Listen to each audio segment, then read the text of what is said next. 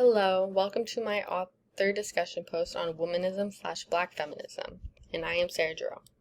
So, what is womanism? Womanism is a form of feminism focused on the experiences and conditions of women of color, especially black women.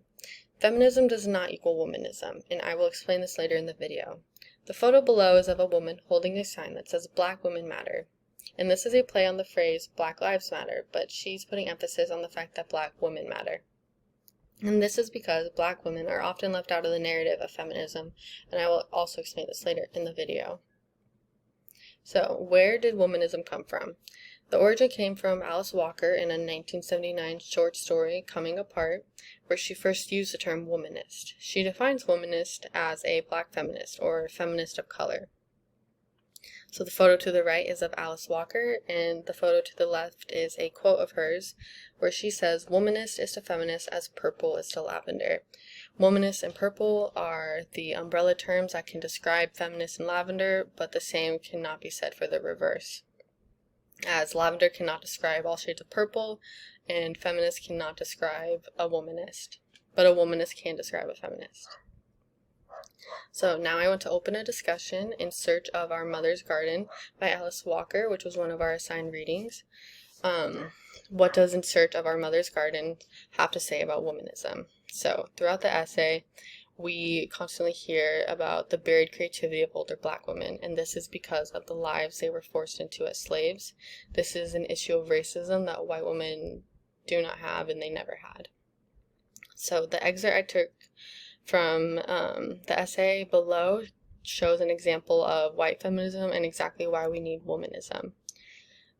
Virginia Woolf, in her book, A Room of One's Own, wrote that in order for a woman to write fiction, she must have two things, certainly. A room of her own with key and lock, and enough money to support herself. What then are we to make of Phillis Wheatley, a slave who owned not even herself?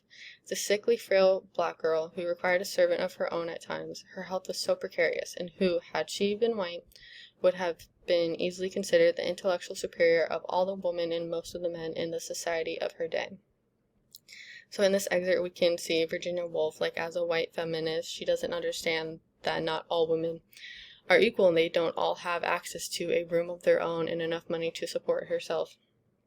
And because she is white, she had those privileges and she was able to become the author that she was.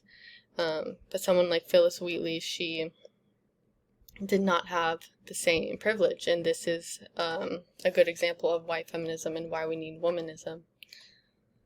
So you may hear, we already have feminism, why do we need womanism? So feminism, like many other things, it caters to white women, and this is something called white feminism. It's where white women and white people, they ignore the other fight of racism that other women have to deal with, and they ignore it and they think it's just a problem based on sex.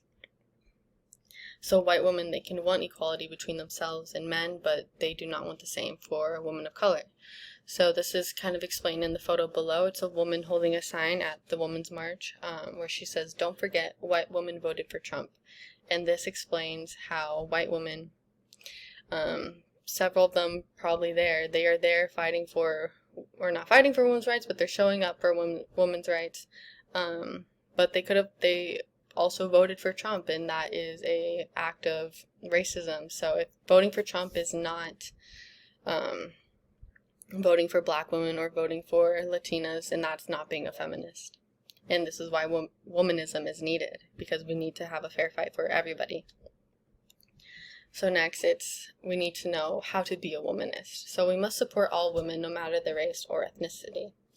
And to do this, we need to fully understand the intersectionality that comes with feminism, and that the fight isn't just sexism, it is also racism. And if we want to show up for all women, we need to show up for all their fights.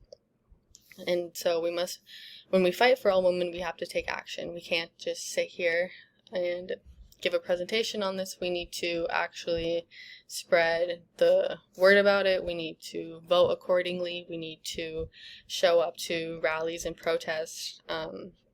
So an example of something that would not be that would be white feminism.